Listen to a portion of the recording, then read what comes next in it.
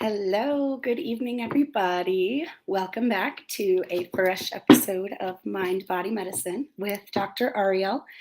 Thanks to Promise Resource Network. I'll give everyone just a second to tune in and join us here.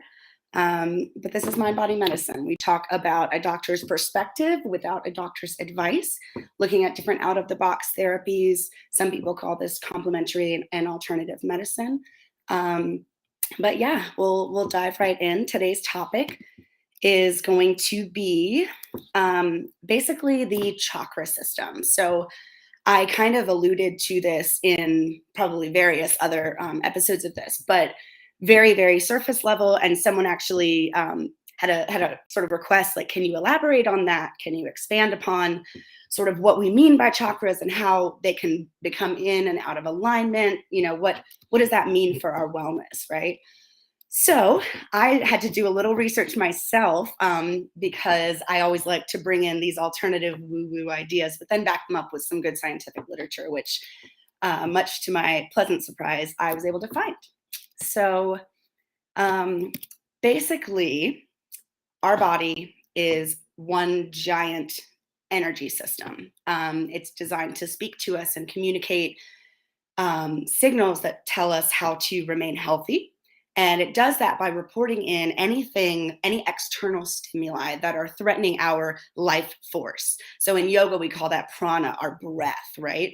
Some people might view this more electrically as your heartbeat. But basically, we need to learn how to interpret this energetic data, if you will, from our surroundings. So through this theory, you'll come to realize, I guess, that things like chronic pain are not necessarily true disease states. They are a message of a larger dysfunction, often rooted in things like trauma or other mental health struggles. So that's something we'll definitely explore. But going into this, I think the biggest tool is that this knowledge is going to be really empowering for us. Know thyself, right? I always tell my patients, you are your own best doctor, you're your best advocate. And essentially, I can only holistically understand and care for your body with your help. So I'm hoping to empower you guys to just pay more attention. The body is a messenger. And despite getting this intuition, we all know, call it your gut, call it, anything you want, but we all have it, right? And how many of us tend to jam our circuits about our health because we don't really want to hear those messages right now, right? They sometimes require things like work and dedication and discipline, and we're not quite ready for those things. And so we'll silence it, right? Some people do this with substances or any other types of things, which we'll get into a bit later too. But we'll kind of start with the basics here. So according to a variety of different ancient cultures, the anatomy of our energy system within our body can be broken down into 7 chakras. If you are a chakra scholar, you are probably aware this can go up to 21 chakras or even 108, that magic number, if you include the subtle energy centers in the 4 limbs of your body. So what does chakra actually mean? Hello, Sylvia. Hey, James. Hey, Adam. Hey, guys. Sorry, I'm just checking in with the comments. But yes, chakra is Indian Sanskrit, and it means a spinning wheel of light. This is also known as a nadi or nadis in the Indian tradition, or meridians in Chinese tradition. But I love this beautiful overlap because each culture, of course, has its own terminology and language, but energetically speaking, the maps are identical. It's really interesting. These similarities also come up in things like world religion, but I digress. There's a lot of overlap, right? And so maybe there's actually something to it. A good metaphor for me that helped me to understand, of course, Dr. Anatomy, your arteries, right? Your veins and your arteries pump blood to and from your heart. And just as the vessels do that in our body, our chakras kind of spin that wheel of energy, almost like a cyclone is how you can envision it maybe. But kind of up and down, flowing through your chakras. And these are really the storage centers. These are your vital energy sources. It's going to go through your whole body. And they also record and store information about things like your experiences, your beliefs, your values. Each chakra also corresponds to a specific category of information, which I also thought was really cool. And essentially, managing your chakras or balancing is, according to these philosophies, what leads to well-being and equilibrium in your daily functioning, right? We want to be at homeostasis with maximum potential. So poor management, of course, on the other hand, when we're in a state of dis-ease, this causes things like energy leakages, if you will, and it kind of drains your cells of your vital life force. This causes things like illness, low self-esteem, relationship unbalances, right? So each chakra has a highest function. They also call it a sacred truth. And it's kind of a quote. Some people call this a mantra, an affirmation, which again, we'll delve into a bit later. But these are sacred truths, 7 of them for the core system, that points the way to physical health and spiritual integration, right? Mind, body, spirit, it's all connected. And the way that you read chakras is actually with a pendulum. I have a pendulum. It's mostly for decoration. I'm not good at using them, but I like to pretend that I can. But it essentially circles with the chakra. You can hold it above a person's body.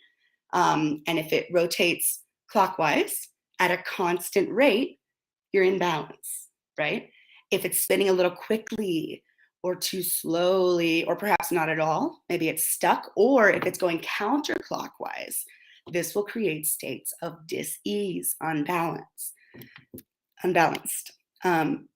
So one way that we cause that, right, when we do it to ourselves, throwing off our balance, is stifling unpleasant emotions. How many of us bottle things up?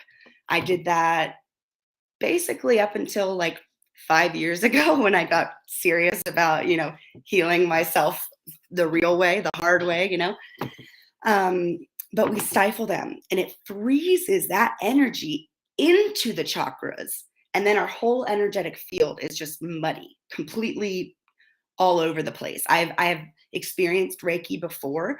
It's amazing. And I can literally corroborate what the Reiki master was feeling in my body. I went one day on an amazing day and she said, "You're completely in alignment. I don't have anything to do for you." Like, I had done yoga, I had a great work day, all these good things. I did everything right.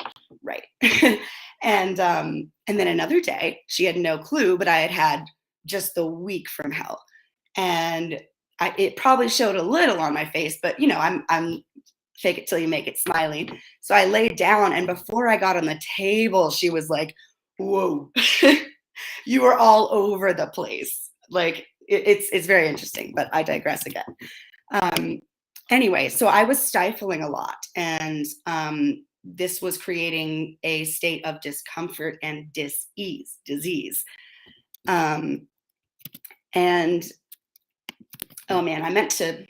I don't think it would serve to do a diagram. I was going to sort of like map it out because that's how I did it in my own notes to make sure I was understanding it.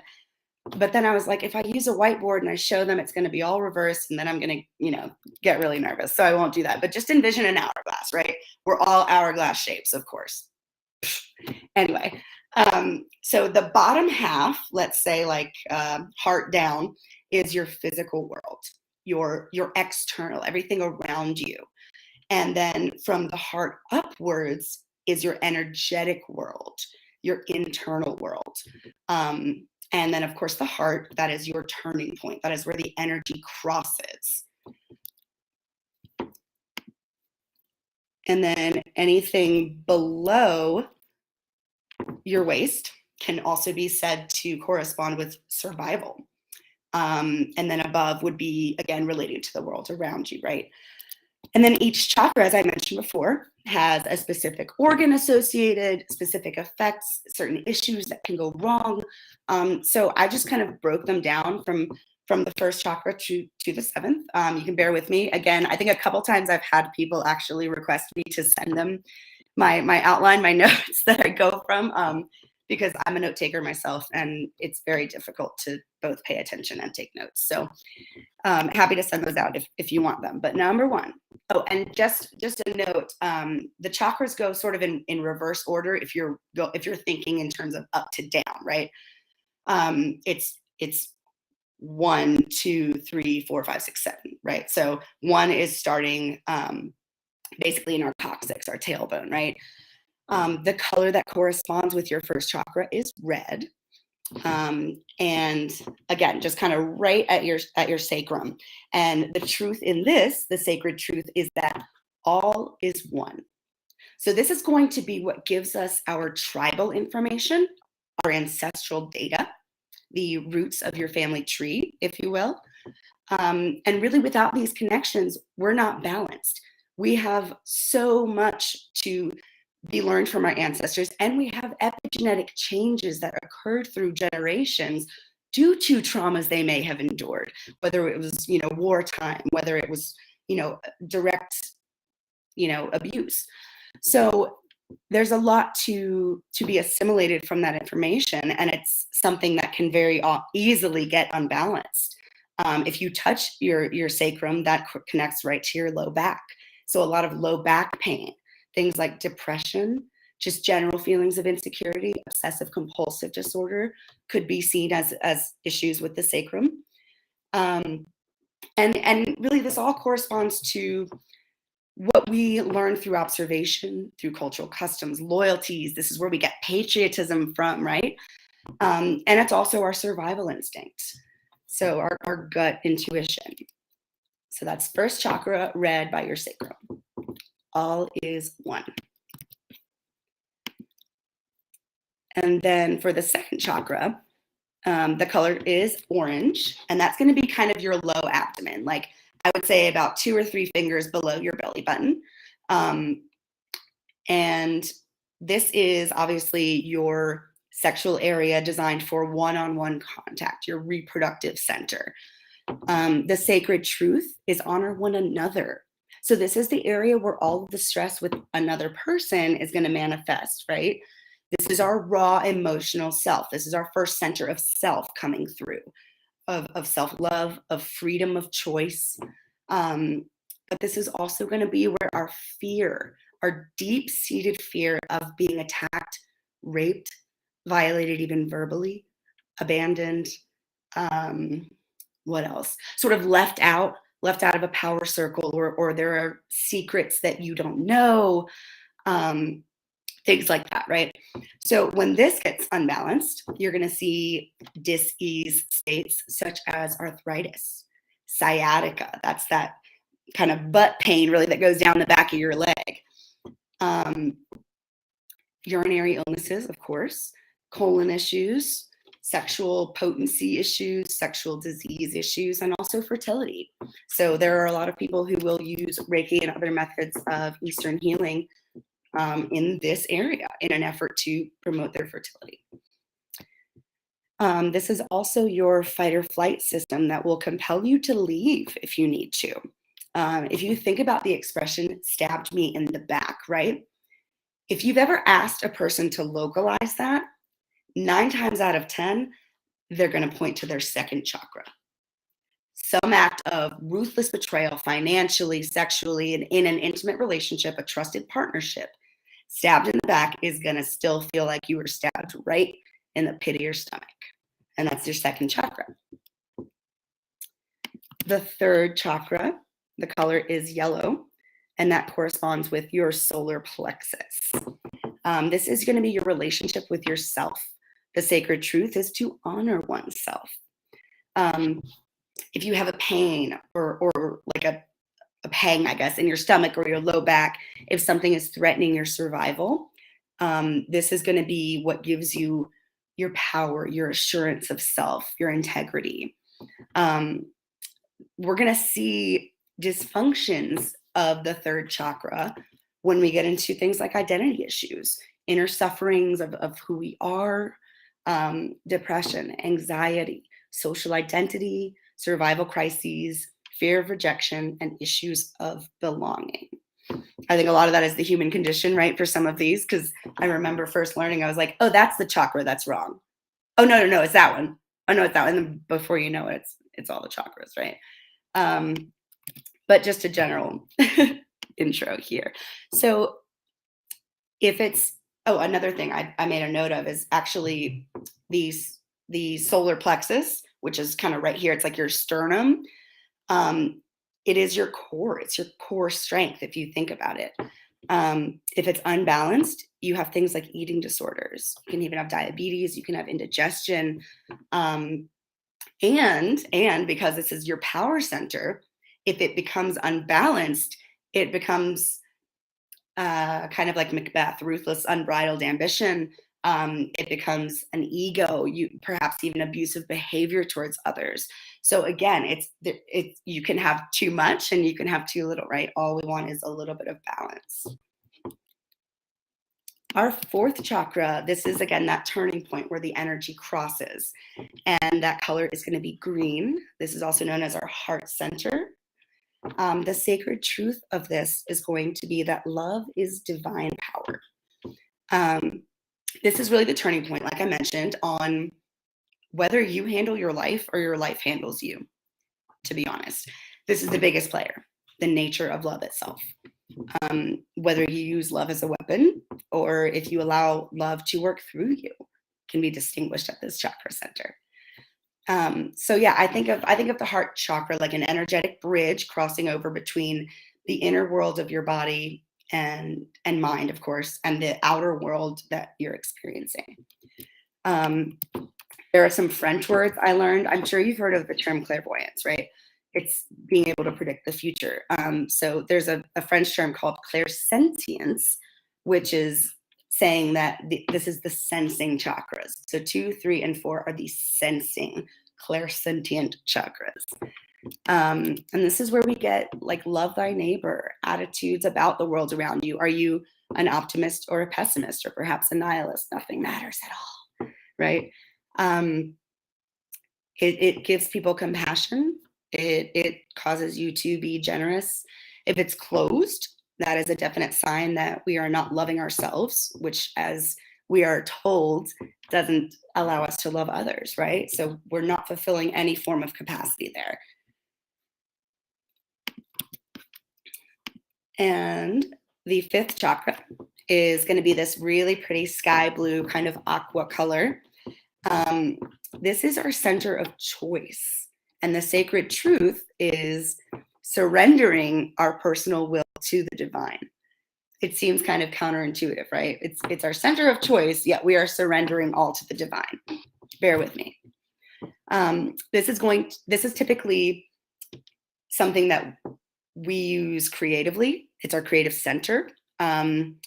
Basically, people who are artists, people who are aesthetically sensitive to the world around them, have a very, I guess you would say, developed and balanced fifth chakra. They use they focus on this treatment in therapies to heal artists or musicians when they're struggling with self-expression. Writers, maybe if you have writer's block, you would harness the creative center in whatever treatment you did, which we'll go into later too.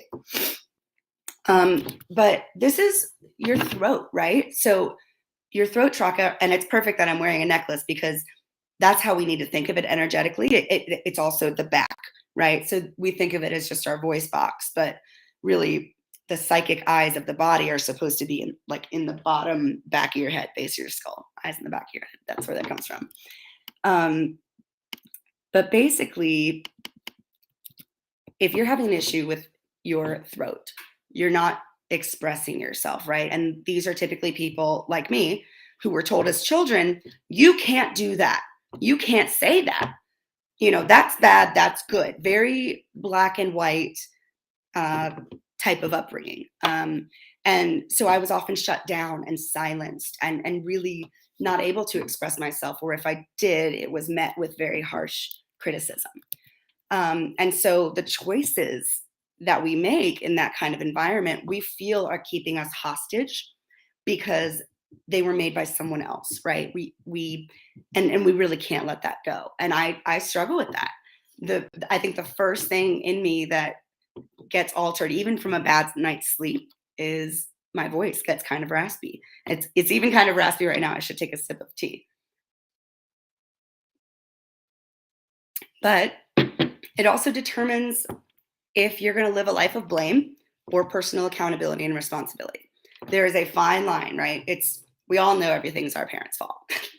Just kidding. But there's like a fine line, right, between what I am being accountable for to myself and, whether or not I want to take that responsibility, right?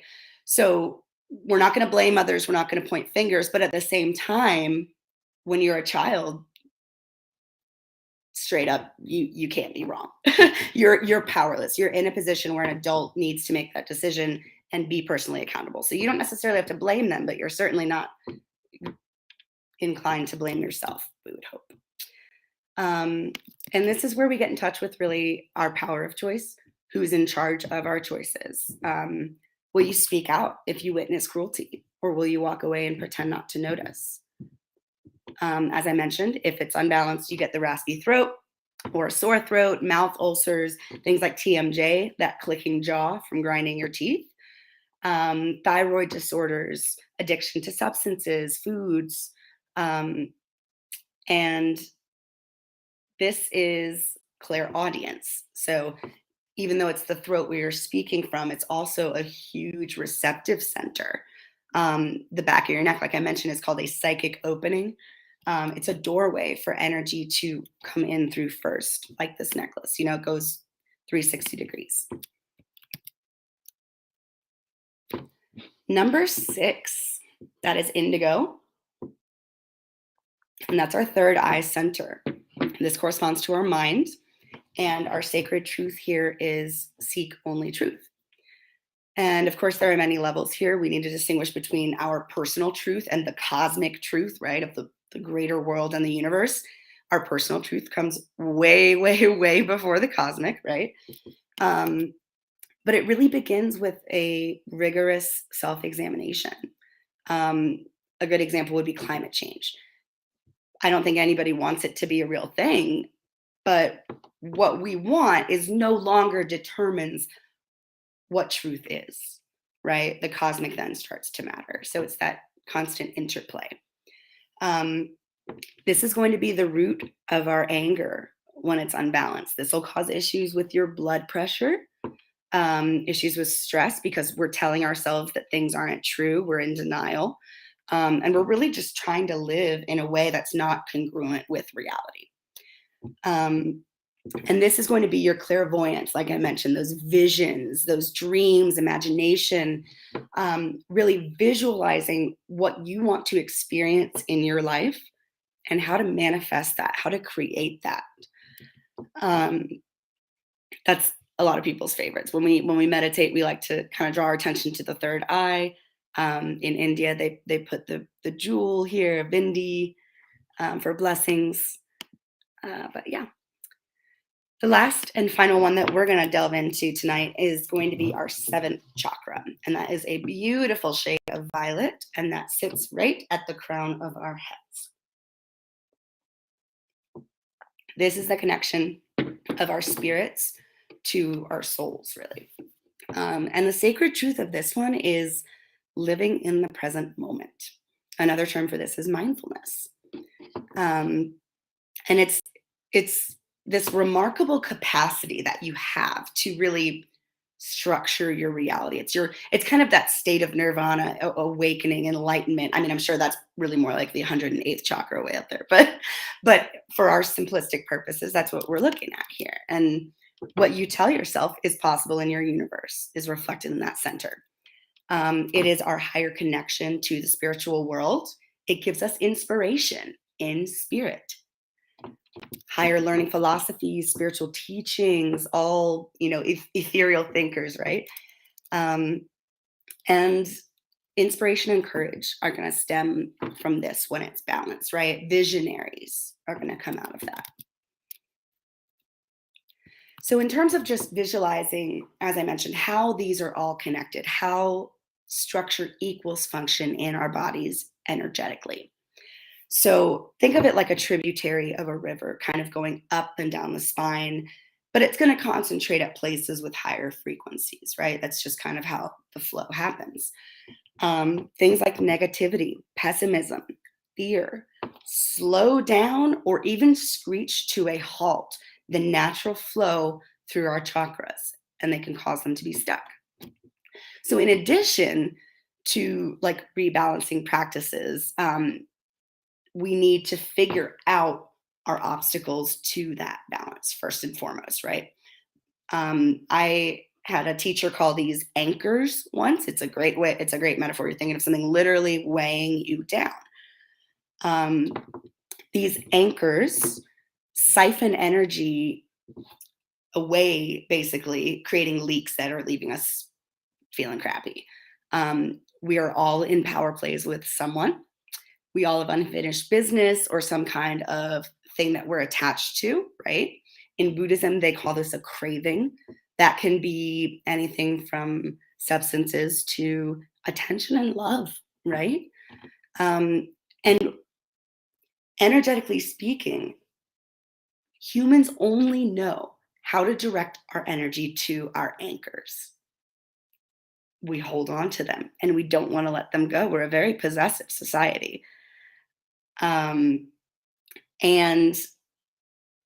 essentially, it punctures our energetic fields and it's attaching you to something that you really don't want to be in. What you focus on expands. So if you have an anchor, forget about your chakras because they're all just on the ground in that anchor.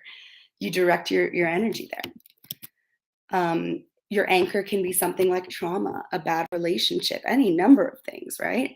The possibilities for how to be screwed up mentally as a human are endless. Sorry, I'm being silly. Anyway, the number of anchors then that we have is going to create a relationship to time, right?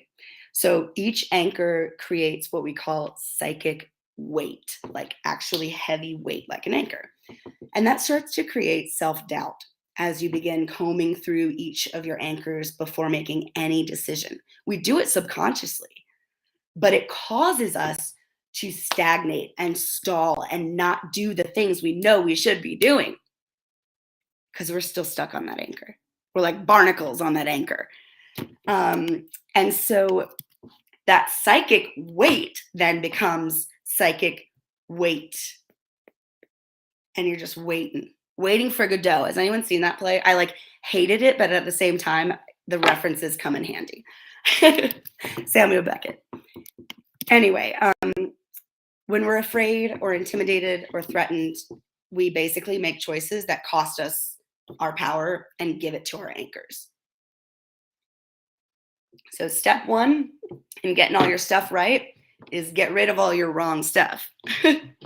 Let go of your anchors, sever those cords, whatever you have to do. Maybe it's processing and a long time is going to take.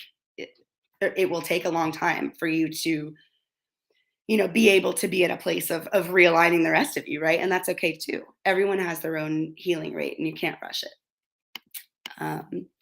So number one, you identify your anchors and then we can correct the chakra imbalances therapeutically through energy work. What do we mean by this? All right, so let me just check in the comments and make sure. Pineal gland, yeah, girl. Sylvia knows what's up. And Adam, you be silly as you want. Yeah. Green is the best color, so heart chakra is my favorite for sure. Yeah, it is Adam's favorite color, green. But yeah, so you can meditate on your out of balance chakras. You can use these affirmations or the sacred truths that we mentioned. We are one. Seek only truth, things like that. You can just repeat that over and over like a mantra. You can also work on your stuck emotions in the area of the chakra, right? If you're feeling particularly, lonely and sad, let's work on the heart. You can also, I find this fascinating, you can eat foods with the same color or frequency vibration as the chakra and it'll fix it. Like seriously. So a good example, let's take orange, our solar plexus, our power center, right? If you eat cantaloupe or oranges or carrots. I'm just thinking of anything orange. That is going to fuel your solar plexus and literally help to realign it. I think that's awesome. It works similarly with sound, frequency vibrations, right? I don't know if you've ever played with a tuning fork, but it's pretty fun. I should have brought my gong. I just got a new gong. It's very, very low, loud frequency. But you can use a tuning fork to hear the frequency that corresponds with your chakra. And I don't know the frequency offhand, but I do know that they've been recorded, which is in a couple of the studies I'll tell you about that are really cool. So the vibration as well. You can work with the same frequency. You can listen to different musical notes that are going to heal different parts of the body as well. You can, of course, always do yoga, tai chi, qigong. These are all practices centered on sort of manipulating our energy in a very beautiful, beneficial way. And I do this like I know what I'm doing. I do tai chi every morning at 9, but I am like the most novice in the group. So that's pretty much what I look like the whole time. I'm like spinning an imaginary ball. Anyway, so those practices, you can use herbs, you can use essential oils. I'm sure you could even just Google like herbs for healing the third chakra, and you would have a litany of things that you could turn to supplement your diet or make a tea with them. I have peppermint right now because my tummy was a little upset. You can do a reflexology massage or acupuncture or Reiki. Reflexology is very complicated. Acupuncture is the one with the needles, and Reiki is where you put your hands on people. Reflexology is Chinese medicine, and basically each body part, well, certain body parts have the rest of the body mapped out on it. It's very interesting. Like the foot, each part of it corresponds to a body part. It's also present on the tongue. If you look at certain parts of the tongue, you can supposedly see organ dysfunction. It's really cool. I don't know how to do that, though. They don't teach you that in traditional med school, I should say. But you can even do certain mixtures of Epsom salt baths that can kind of balance these out. Listening to particular types of music due to the frequency healings again. Another thing that I think is fascinating, even the colors that you wear. If you need more self-love, throw on a green sweater because it's gonna make you feel energetically happy. And the color and the decor of your own surroundings. I have a lot of blues and purples and indigos, and I really, for whatever reason, gravitate towards those colors. And they're just kind of everywhere because they make me feel calm. Do you know they paint hospital rooms in green and blue for healing? Yeah. Another example would be red.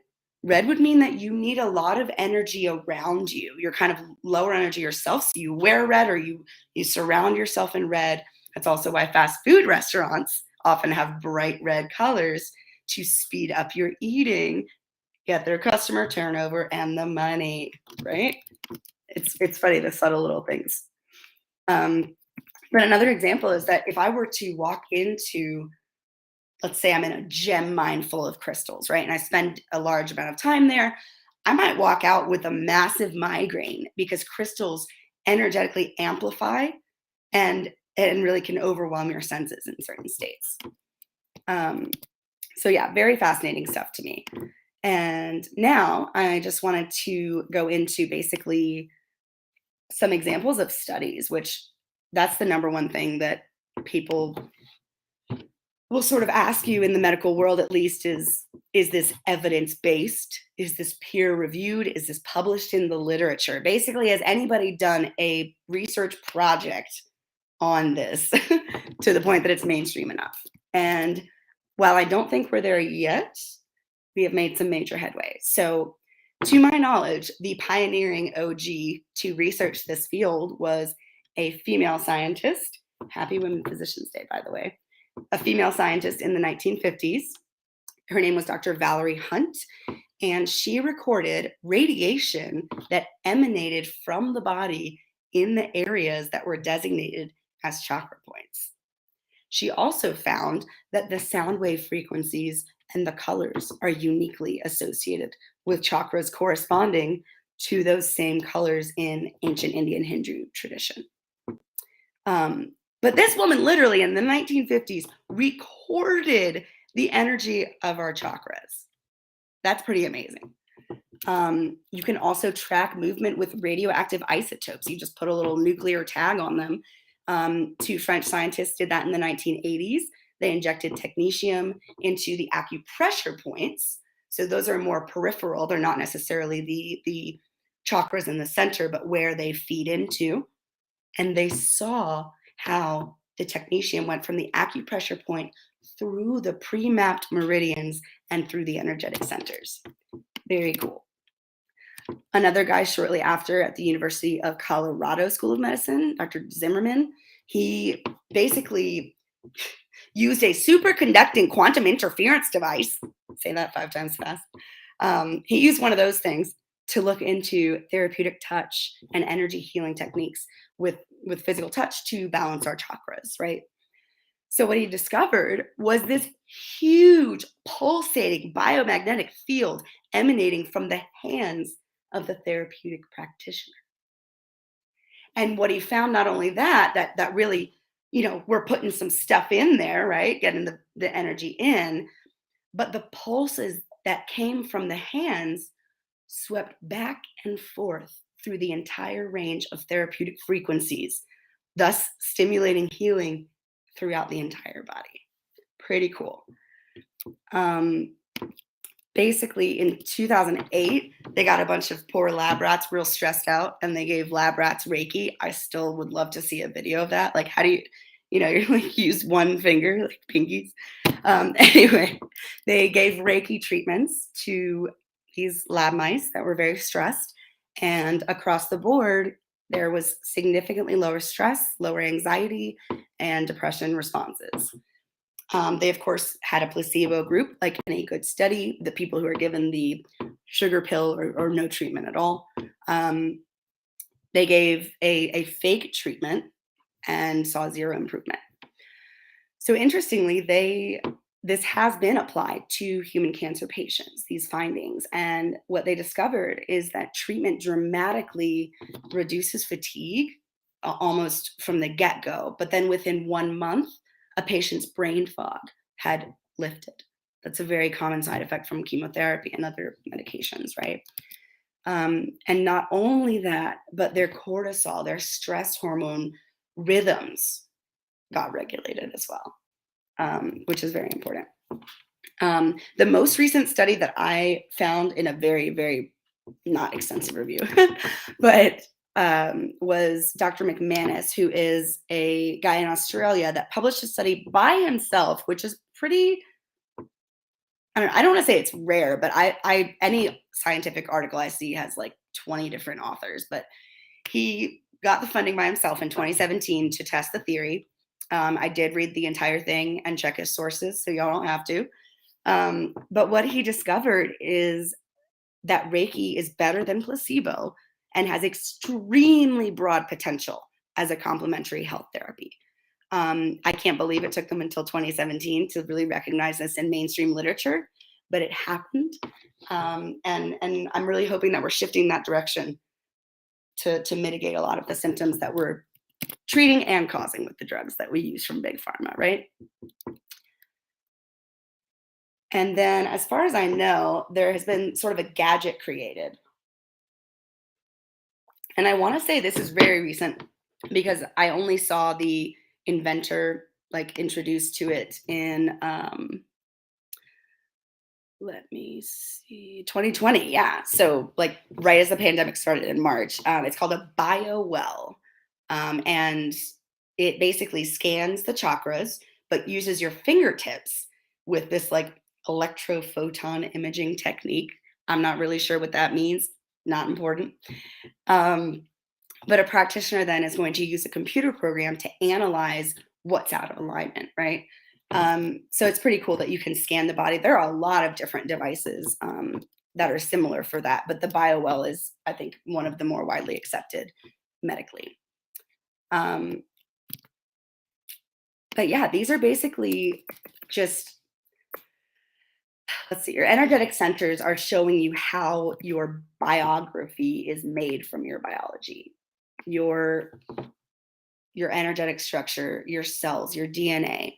That is all creating the story that is your life. And self-esteem is really the only quality that we can develop that gives us the grace to stand up empowered and say, I will never betray myself again. And without this sense of inner dignity, we can't heal a disease, right? Um, if you think of yourself like a wood burning stove, you can run around collecting twigs of compliments and keep the fire burning inside of you. But twigs burn out really quickly because precocious flattery is meaningless. You need to train yourself to be the starter log. Your whole chakra system needs to be metaphorically on fire all by itself. You don't need external validation from other people. You don't need compliments and affections. You have all of that within you when you're energetically balanced. And there is definitely a part of this required to give others love as well. I think that's something a lot of people struggle with is our interpersonal relationships. Because without the self-esteem, we don't have it. We get attached, we get codependent, all those things. And knowing all of this information, the reality, the harsh reality that I sort of came to is realizing that people don't heal because they don't always want to. And hear me out on that. It's healing itself is one of the most intimidating aspects of the entire human experience. I can attest to that myself, doing years of therapy for PTSD. For a long time, I didn't want to heal. I was kind of in denial. I had stifled it, bottled it up real healthy. Not. But instead of the healing, it was easier for me to accomplish. Believe it or not, medical school was easier than dealing with the loss of my mother. And that's obvious, that's not my only source of trauma, but the bottom line, those were my two biggest things, right? Because it just hurt too much. I can study 17 hours a day, no problem. But if you want me to cry 17 hours a day because that's how I'm really feeling, I'm good actually. No, I'll do that later, right? We resisted a bit. I was in denial. I filled the voids with academic accolades and I didn't want to open that can of worms, right? People find being healthy intimidating because then we have to live up to our fullest potential. We don't have an excuse. We don't have anything to fall back on, right? And that's not saying that people who are ill are using excuses. Please don't take it that way. But yeah, so we are expecting almost as humans to be rewarded for our suffering. Like, this is why we're so litigious as a society, why we want to sue everybody and their cousin. Because, and this is a quote that I wrote down, health has never had the clout of a wound. True, right? Nobody's like, oh, you look so healthy, like, great, let's all celebrate you. No, it's like, oh my gosh, you poor, poor thing. But you're not meant to stay wounded, right? It's not natural. Nothing in nature stays wounded. It heals. It finds a way to move on. So we have to move beyond the consciousness of the wound. So a good example of this would be a friend approaching a table of strangers she just met for a lunch date. While waiting, another person said, like, are you free on the 8th of June? Casually. Yes or no answer is what was wanted, right? The person then goes on to respond with like a 3-minute monologue of, no, I can't because I have incest support group and they depend on me and I never miss it and it's always June 8th and blah, blah, blah. And before you know it, there's this unbelievable display of information rollout that nobody needed to know. And not that they don't care, right? But it was just so much of a overshare, I guess is what people call it. But it was just so much information. Within 2 minutes, they knew she was a victim of incest. And then also it was obvious that then her intention to communicating that is that she wanted the entire table to treat her in a certain way because she was a victim. with an agenda. So there's a fine line, right? And it's like, why did you want them to know something incredibly personal? Someone asked after the lunch, and she responded, because that's what I am. That's her identity, right? I personally, it takes me a really long time to share with anyone that I lost my mom. I have to really trust them, really know them, of course, unless they knew me way back. Um, but I just don't like to do it because you can say it's a buzzkill. I don't really give a shit about buzzkills, but I don't want anyone feeling sorry for me. I don't want anyone like treating me in a certain type of way. And that probably stems from me pitying others growing up who also lost parents. It's that fear. I would be like, Mom, so and so's dad just died. Is that going to happen to you? And she'd say, Not for a long, long time. And then what happens? That fear becomes a reality, right? So I didn't feel the need to make that my identity. I could have. Um, I definitely could have, but I think I was a little bit afraid. Now I'm much more open in sharing it, but it took a very, very long time because it's like a dead mom card, it's like not cool, man. You don't want to expect any special treatment or for people to let you like walk all over them just because you had a tragedy, right? We are all victims in probably many ways, right? Um, but we have this is called woundology, according to a psychologist, basically giving your stories and your examples. And I've even been in situations where in a group of us, people are one-upping each other's struggles. It's insane. Like I won't even go into the example because yeah, I won't go into an example.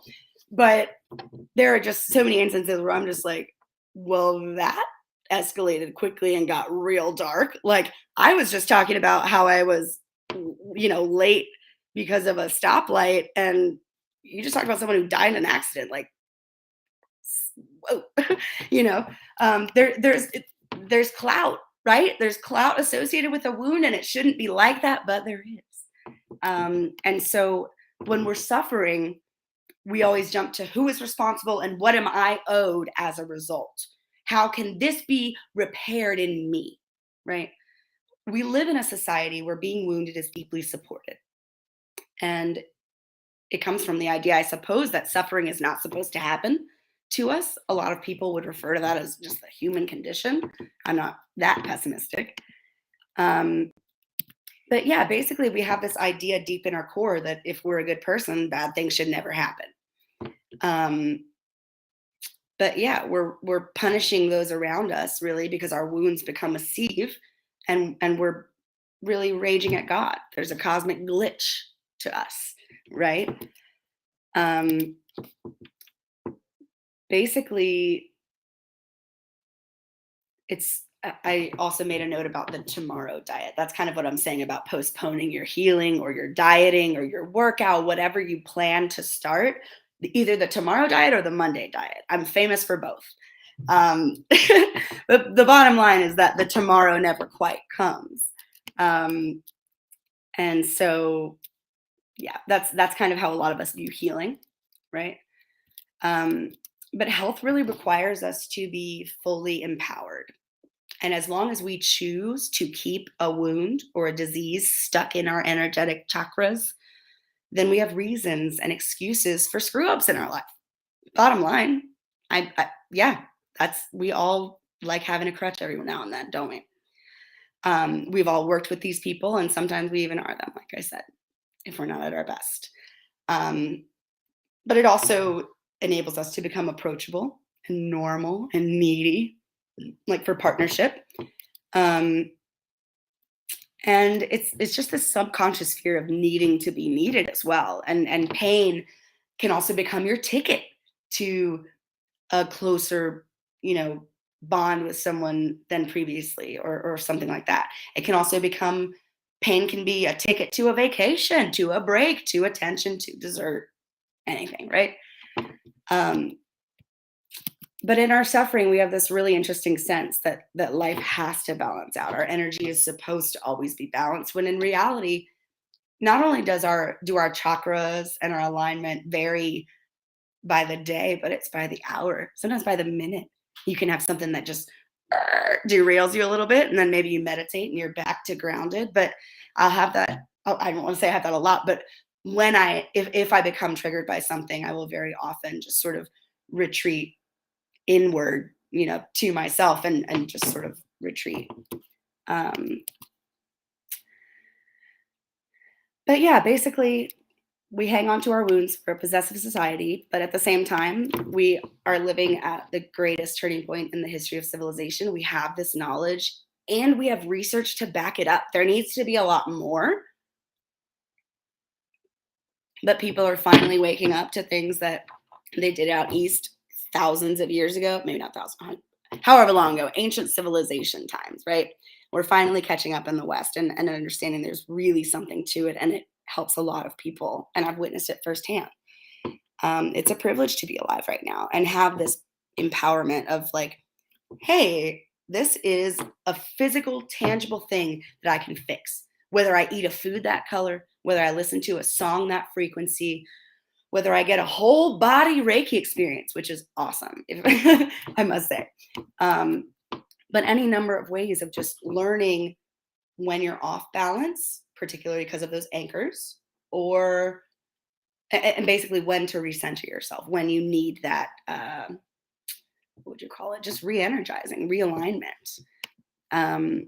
We're also transitioning, like from environmentally fossil fuels to this like solar awakening with clean energy, and the same thing's happening within the human race.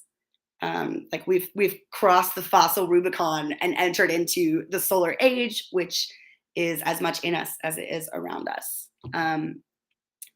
So I wrote this down because the person who wrote it said, we are solarizing and solarizing. So SOUL arising. I like that. Our souls are literally rising.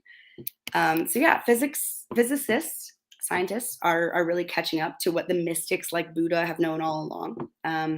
But we're beginning to live our truths. We're beginning to have greater and greater immediacy and integrity and holding fast to what our truths are.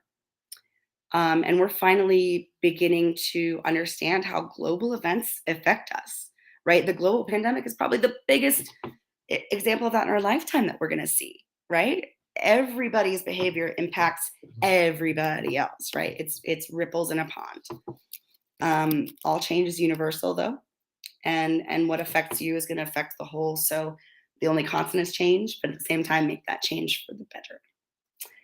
And then my little healing device, my show and tell that I will show you all today, is this crystal energy generator. It is the center, I believe, is like a quartz, and these are all like crystal gemstones. I should have known the name. That one's tiger's eye, but these all correspond to the chakras. So we've got, where's the first one? Yeah, we've got 1, 2, 3, 4, 5, 6, 7. But I kind of just take it like this, and I don't know what it technically does, but I don't know. I play with it. I put it between my fingers. It's just a tactile stimulus. It's soft. It's cool. I don't know. And then decor wise, I also have my chakra. I don't even know what you would call this, but tree of life. And then again, from the first chakra, the root to rise, 1, 2, 3, 4, 5, 6, 7. And then this is just more crystals at the bottom. But I love this little thing. And when you're doing Reiki, a lot of times, if you're healing a particular chakra, they'll take the corresponding stone and place it over that energetic center. So it's pretty cool. But yeah, if y'all have questions, as always, inbox me. Happy to send any notes that you guys want. And as I wrap up here, I will just include, Alicia, I'm just seeing the comments now.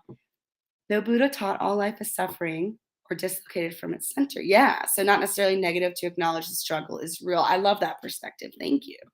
That's a really good way to put it. And then where did I get these? Yeah, this one is from like one of it's a metaphysical shop in my hometown in Danville, Virginia. This one I got off Amazon. I get a surprising amount of like sacred holy things just from Amazon because they're the cheapest. And then I bless and cleanse them myself, basically. But yeah, I really love them. And I'm going to put on the Be Warm line because I love it and it's great.